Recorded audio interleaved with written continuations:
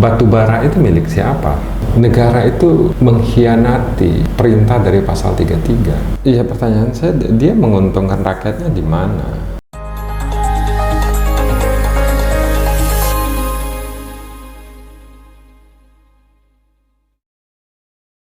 Halo semuanya, Sobat Hijau, kembali lagi bersama kami di Podcast Simbiosis. Bersama saya Ronaldo Dirman Utama selaku host di sini, dan juga kebetulan kita mendapat tamu spesial hari ini teman-teman, yaitu dari Wahana Lingkungan Hidup Indonesia, yang kebetulan hadir hari ini adalah Direktur Eksekutif Nasionalnya, Kak Zenzi Juhadi, betul nggak? Ya. Hari ini memang kita akan beberapa pembahasan terkait masalah Undang-Undang Minerba dan juga bagaimana banyak kerusakan alam yang terjadi hari ini karena aktivitas tambang yang terjadi. Oke teman-teman, selanjutnya nanti mungkin Kak Zenzi akan memperkenalkan dirinya singkat, juga akan memberikan pandangan-pandangannya terkait masalah Undang-Undang Minerba hari ini yang baru saja disahkan, juga melihat bagaimana kondisi alam dan lingkungan Indonesia. Baik, terima kasih Kak Zenzi, silahkan. Ya. Halo, terima kasih sudah diundang oleh Simbiosis. Saya Direktur Eksekutif Nasional WALHI, Zenzi Juhadi. Ya.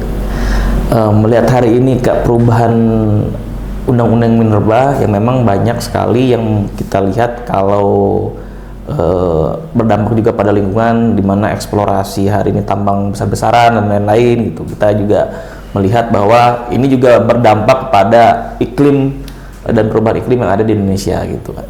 Nah, kita menurut WALHI melihat seperti apa dampak yang bisa membuat kerusakan yang ada di lingkungan ini, dampak dari Undang-Undang Minerba baru ini, Kak. Iya. Sebenarnya Undang-Undang Minerba yang lama sama yang baru 2004 sama yang sekarang daya rusaknya sama, karena wataknya sama. Kita itu mineral batu bara pertambangan itu, kalau kita mau merubah dampak itu menjadi manfaat, mesti DPR itu mesti baca lagi konsideran di Undang-Undang 10 tahun 59, terus Undang-Undang 11 tahun 67. Nah, kalau kita baca di sana konsideran dari Undang-Undang Pertambangan, dulunya Ketentuan Pokok Pertambangan, konsiderannya itu perintah pasal 33, bahwasannya bahan galian kekayaan alam yang berada di dalam tanah, di bawah permukaan, itu harus dikuasai oleh negara, Kak, karena dia menyangkut kepentingan orang banyak dan bisa diusahakan jika dibutuhkan untuk kesejahteraan rakyat. Nah, di konsideran Undang-Undang Minerba dia sudah berubah. Bahan pertambangan, mineral dan batu bara, dia tidak lagi ditempatkan sebagai modal membangun kesejahteraan. Coba baca konsiderannya. Di Undang-Undang Minerba, baik yang pertama maupun yang sekarang, dia sudah menempatkan bahwasanya mineral dan batu bara itu adalah komoditi ekonomi yang dibutuhkan oleh pasar. Artinya peruntukannya sudah berbeda, dua hal yang sangat berbeda. Maka apa yang akan terjadi dengan perubahan konsideran ini? Perubahan konsideran kan artinya perubahan tujuan dan perubahan pertimbangan.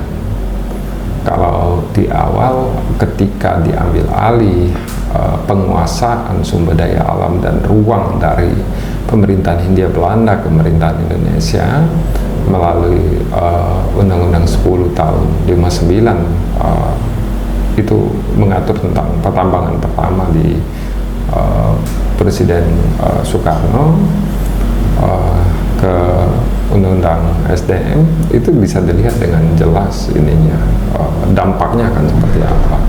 Nampaknya bukan hanya pada sosial menurut saya.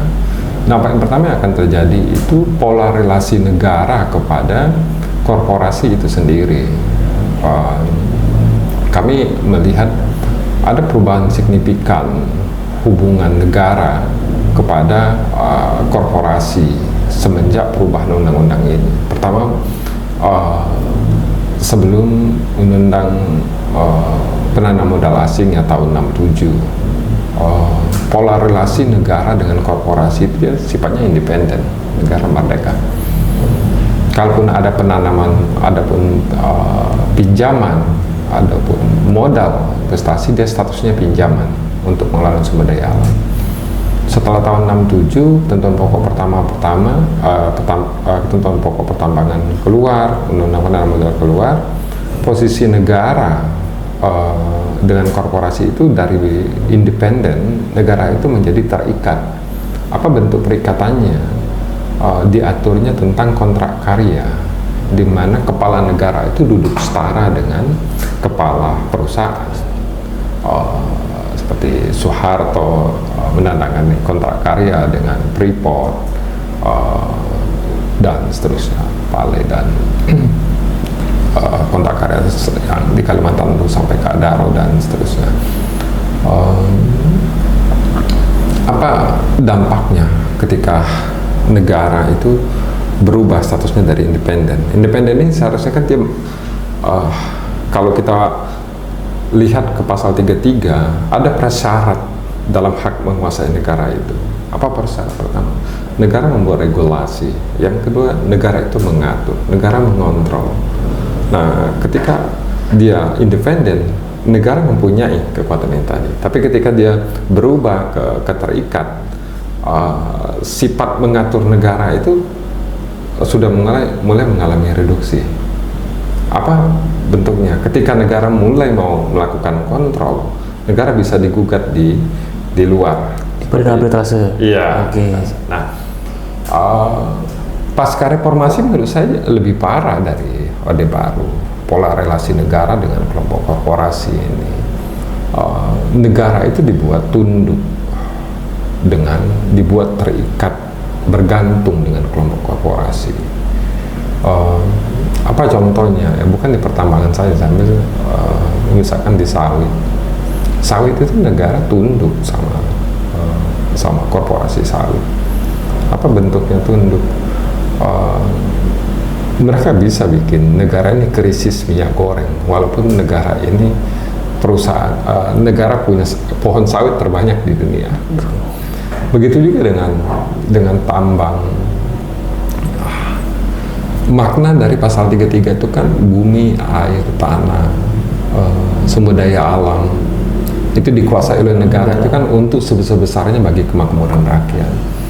Pertanyaan saya, batu bara itu milik siapa? Nikel itu milik siapa? Emas itu milik siapa?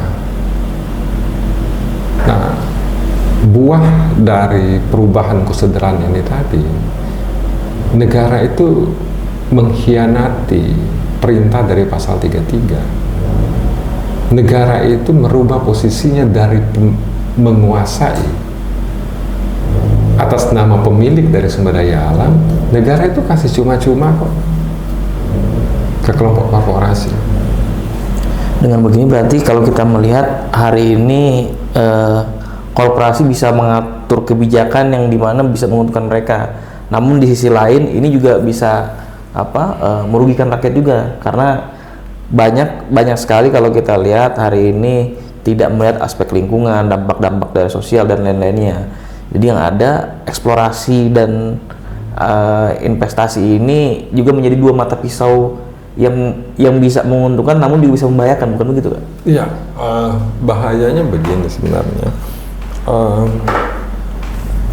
Dengan sistem pengelolaan sumber daya alam, negara mengambil pilihan mendelegasikan penguasaan kepada kelompok korporasi.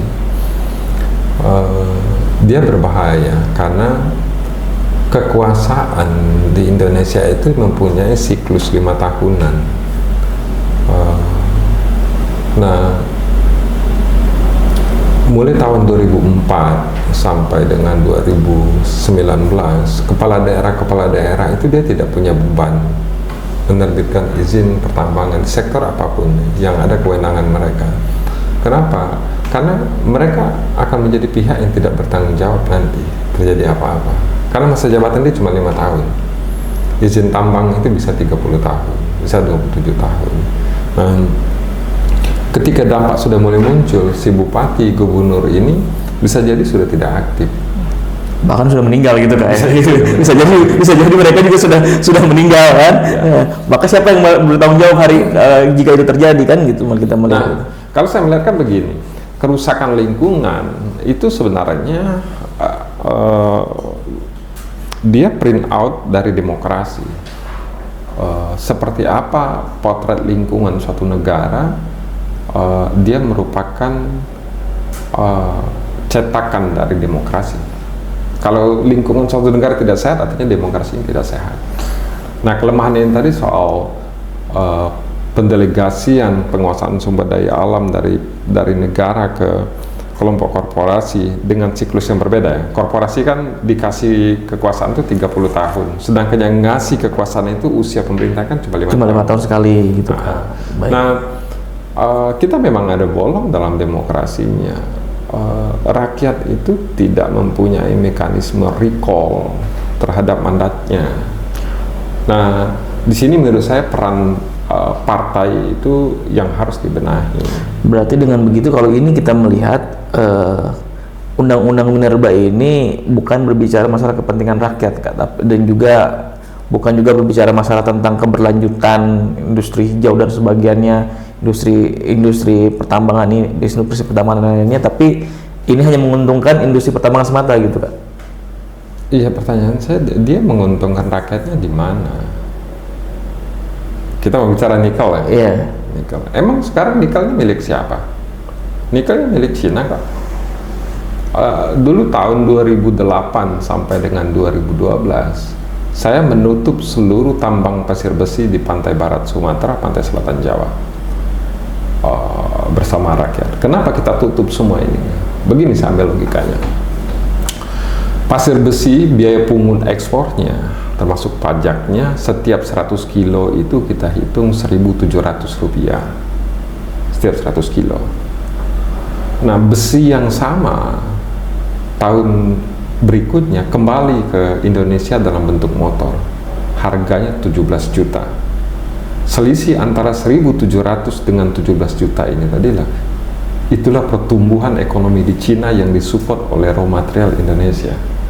Pentingnya Cina apa? Dia butuh raw material, dia menghidupkan industri di negaranya, menghidupi rakyatnya, dan Indonesia penyedia raw material, dia tempatkan menjadi konsumen, pembeli. Nah, sekarang bicara soal electrical vehicle, Indonesia penyedia nikel, Indonesia juga sekarang menjadi konsumen, salah satu konsumen terbesar hari ini. Dan pemerintah dipaksa sebenarnya untuk menjadi sales kendaraan-kendaraan listrik ini. Itu Luhut waktu jadi Menko berapa kali ngomong pemerintah daerah untuk pihak pertama beli mobil listrik gitu. Listrik. Nah, dan juga ada subsidi-subsidi lain nih Kak akhirnya kan untuk mobil listrik kan gitu. Nah, ini menjawab pertanyaan di awal tadi. Sumber daya alam kita untuk siapa? Apakah sumber daya alam kita untuk kesejahteraan rakyat? Saya tidak menemukan itu. Mau batu bara, nikel, emas, saya tidak menemukan tanda-tanda dia untuk kesejahteraan rakyat. Di hulunya ketika produksi raw materialnya, dia menyengsarakan rakyat, iya. Merebut tanah rakyat, mencemari sungai, mencemari laut. Di hilirnya, dia memaksa rakyat menjadi pembeli. Saya ambil contoh batu bara. Batu bara itu kan kalau kita kembali ke konstitusi, batu bara itu milik rakyat. Peran negara itu merubah batu bara itu menjadi energi, melayani rakyat. Nah, kita lihat Pulau Bali dan Jawa, suplai listrik itu sudah melampaui kebutuhan. Tetapi rakyat 4 tahun terakhir ini dipaksa naikin kilometernya dari API 450 jadi 900 jadi 1200, dan SDM bagi-bagi roskokan, anjurkan beli AC lebih dari satu. Itu maksa rakyat menjadi konsumen. Terus siapa yang diuntungkan dengan rakyat mengkonsumsi listrik dalam skala yang besar? Apakah negara? Enggak. Pemilik dari tambang batu bara. Nah, berarti gini Kak, pertanyaan terakhir sih Kak sebenarnya terkait masalah undang-undang minerba ini. Kita melihat sebenarnya lebih banyak menguntungkan pengusaha yang pertama kan, yang kedua juga kesetaraan. Tadi kita lihat bahwa juga kesetaraan harusnya pemerintah ini ada di atas korporasi. Oh iya. Ya, kan. Maka dengan begitu kita melihat juga bahwa dengan adanya korporasi mengatur pemerintah ini berdampak juga terhadap terhadap masyarakat juga berarti dengan itu. Iya, kan konsepsi negara itu harus ada. Itu kan dari awal dia menjadi pihak yang berada di tengah antara kepentingan konstitusional rakyat dengan kepentingan usaha. Nah, ekonomi dibangun dengan kepentingan usaha. Nah, apa tuh peran utama negara itu? Dia berada di tengah, memastikan usaha itu tumbuh tanpa dia mengganggu atau merampas haknya konstitusional, haknya rakyat. Nah, ketika negara posisinya itu sudah dikendalikan atau bahasa ininya bergantung dengan kelompok korporasi, negara itu sudah tidak memenuhi prasyarat ya untuk memastikan rasa aman dan keadilan bagi konstituennya. Makanya begitu kita mau berlindung pada siapa lagi Kak kalau misalnya negara saja sudah merasa tidak aman Kak. Oke, terima kasih Kak. Mungkin nanti ada segmen lanjutan setelah ini Kak. Yang tadi gitu. Maka dari itu mungkin kita akan jeda beberapa saat teman-teman untuk istirahat sebentar. Terima kasih teman-teman.